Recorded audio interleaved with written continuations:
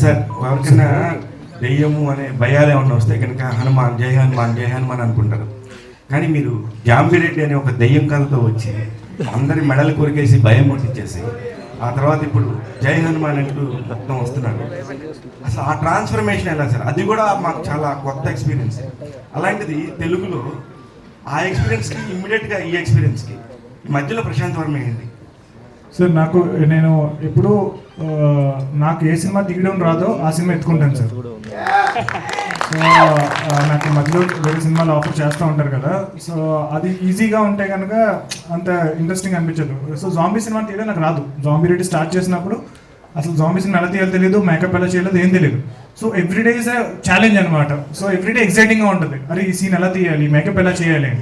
So అలాగే super hero cinema తీయడం రాదు నాకు, ఈ సినిమా స్టార్ట్ చేసినప్పుడు రాదు.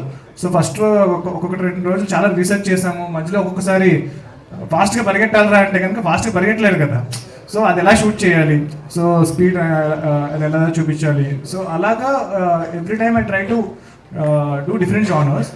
సో ఆ ప్రాసెస్లో మీరు జాంబీ రెడ్డి చూసినా సరే అదొక జాంబీ ఫిల్మ్ అవ్వచ్చు, బట్ అందులో సైన్స్ ఉంటుంది అండ్ దేవుడు కూడా ఉంటారు మీరు క్లైమాక్స్ చూస్తుంటే కనుక.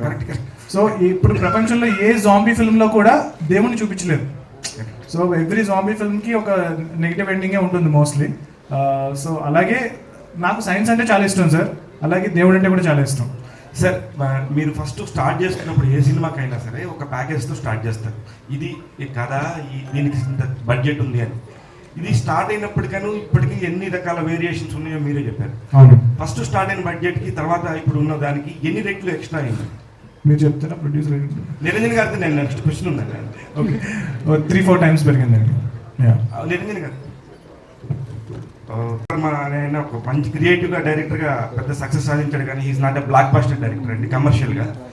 అలాగే తేజ గారు కూడా లేదు, నేను నేనే వేరే కనట్లేదు, నీ పాయింట్ కాదు. ఇక్కడ ప్రొడ్యూసర్ గారికి అంత డబ్బు పెట్టాలంటే ఎంత కలేజా ఉండాలనేది నాకు తెలుసు, అదే చెప్తున్నా.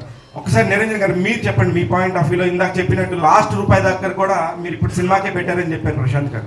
ఏ ధైర్యంతో పెట్టారు?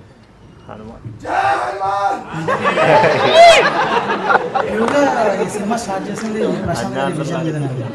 So when I saw zombie Reddy, so నాకు అది నచ్చి నేను ప్రశాంత్ గారిని అప్రోచ్ అయ్యాను. I want to make a movie with you sir. So you have a greater vision and I want be part of it. So ఆ రోజు నుంచి ట్రావెల్ స్టార్ట్ చేసాము. 3 years. ఈరోజు పెట్టిన ప్రతి రూపాయి అది ప్రశాంత్ గారి విజన్ మీద.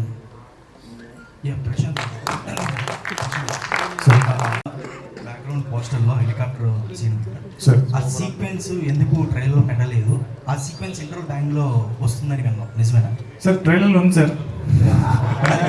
ఈ సీక్వెన్స్ ఇంటర్వల్ టైంలో ఉంటుందని? కాదండి, ఉండదు.